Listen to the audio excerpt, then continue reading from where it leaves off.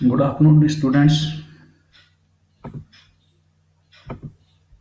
Today I am discussing about the three-phase AC. Basically, we are with the unit of fourth, which is electrical machines, and in this machine, we have already completed about the DC motor, including separately excited motor. Now we are moving for the induction motor. For going to induction motor, we have to understand the concept of rotating magnetic field. On to know about the rotating magnetic field, we should know about the three-phase AC. So that's why I'm discussing about the three-phase AC. As you know, single phase AC, when a single coil is rotating in a uniform magnetic field, because it was also discussed when I was discussing about the DC motor, and basically it is the concept of a generator. So when single coil is rotating a uniform magnetic field, and due to the Faraday's laws, that will there will be the change of flux, and due to the EMF will be induced, and that induced EMF is represented by here. You can see this figure is nothing but we are saying, because here we are considering three phase. Phase is nothing but the winding in armature. So we are representing our first single phase, which is by A. So that's why I'm writing voltage VA equal to Vm sine omega t. So for simplicity, I consider Vm is equal to nothing but 100. But basically, it's the Vm, the maximum value. This one, the peak voltage. Okay. So it is the nothing but single phase AC. You can see here. It's one cycle is complete here at the 360 degree. At zero, its amplitude is zero, but you can see the 90 is the amplitude maximum. Again, when it is zero, so if this like way, it is nothing but the time period. Here we are representing by omega t, and you can see the frequency is given by this and the relation between this. So if we have frequencies of 50 hertz, because in India frequency is 50 hertz, so then you can easily calculate the time to complete one is 20 millisecond. So it's a very simple thing. When we have only a single coil is rotating in uniform magnetic field. Now we want to know how the third three-phase AC is generated. So for that, you can see in this figure, we are putting three identical coils here. You can see first one, 2, then 3, 4, and then 5, 6. So these are the three identical coils we are putting here, and they are at the 120 degree. So each of rotating with the constant speed in a uniform magnetic field, and the flux linked with the coil changes continuously. And we know from again the Faraday's law, there will be induced EMF. So here the induced EMF and current in all coils are the sinusoidal in nature, and that is the generation of three-phase AC. It's a very simple thing we have discussed about. Is nothing but in the 12th class physics. Now we will see how we will draw the phase A and B, then A and C. It means first winding I am considering A, second is B, and third is C. So for first you represent this, it is the sinusoidal. You can see. Now we have seen that our three coils are managed at 120 degree. Why we are saying we are discussing about only one phase and single phase and three phase, not second phase? Because the phase difference angle is given by 360 divided by the number of phases. So if we are talking about the two phase, then the our phase difference angle becomes 180 degree, and in this case the resultant EMF and current becomes 0. So that's why we are not considering here two phase AC. So you see, your first generated EMF we are representing by here VA equal to 100 sin omega t. 100 is nothing but the maximum. We can also write here Vm. Now the second binding is behind 120 degree to the first. So that's why what we will do here, you can say it is just 0, and then it 60 degree, and it is 120. So our second will start from 120. So it's 120 like this way, then its maxima will come here.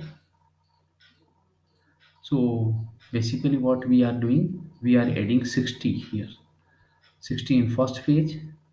You can see 60, we divide our 180 into three parts: 60, 120, 180, then again 60, then again 60, then again 60. You plus here 60, or again you can write, because one cycle is completed here. So either you can write here um, for 40, or you can write here 60, doesn't matter. So you see its maxima is comes at 90 degree. Okay, so here its maxima will place by this degree. It will become here. So you can see the maxima is here. So what we see, in the first case, when its amplitude going decreasing, then in that condition its amplitude is at the maximum position, that we can see here. And if you plot in the backward direction, then the becomes maximized here at the 30 degree, and after 30 degree it will goes like this way, and you can go in this direction. So it is like this way. Now I draw in the face A and C. It means about the third winding. So third winding, if I considering with respect to first winding, then it will lagging behind 240 degree.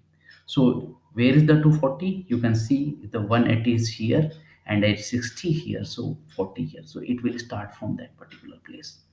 So you can see, and at the 90 degree, what we have here maxima, the 30 you have the maximum, and that condition you can see here is minimum. So we can see we have, if it is giving the minimum value, then we are getting maximum value here. So in this, like we be drawing this, and if we are going in the back direction, so it is around 150 it got in maximum, and then a 180, this difference is 180, so it becomes 0. And then we are moving, because it is not maximum. Maximum will comes here, whether it is around here, minus 30. So it's like so. Three phase separately I drawing with respect to first and second, and then first and third. Now we will see all three phase together. So you can see here I mentioned first phase, my first winding is this one, second one this, third one is this, and n is nothing but is the neutral.